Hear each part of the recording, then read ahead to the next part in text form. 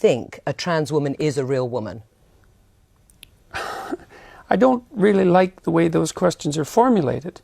You know, I don't know what that means. What do you mean a real woman? Well, I'm asking you, in your mind, you know, it depends what you think a real woman is, but do you think a trans woman is a woman? No. Why not?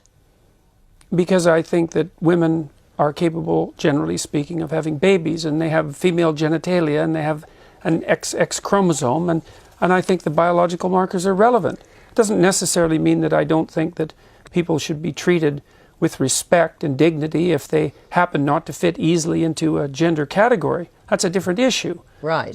But it's a matter of definition, and I actually think it's a foolish argument in some sense, because what do you mean by real?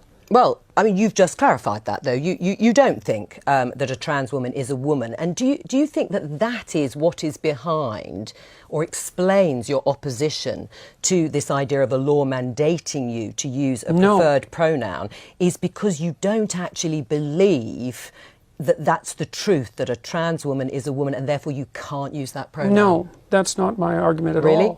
Yeah, really. My argument is that the government shouldn't compel voluntary speech. No, but I know what your argument is, and no, you've but made that's it very really clearly. it. No, but that's exactly it. There's but the no motivation There's behind no motivation behind it. But you don't believe I wouldn't a trans woman is a woman? put everything on my online in my life to take the stance I did unless I had thought that through very deeply. And I've thought it through very deeply. There aren't hidden motivations that have to do with some arbitrary prejudice against trans people. Okay. It's pure and simply this.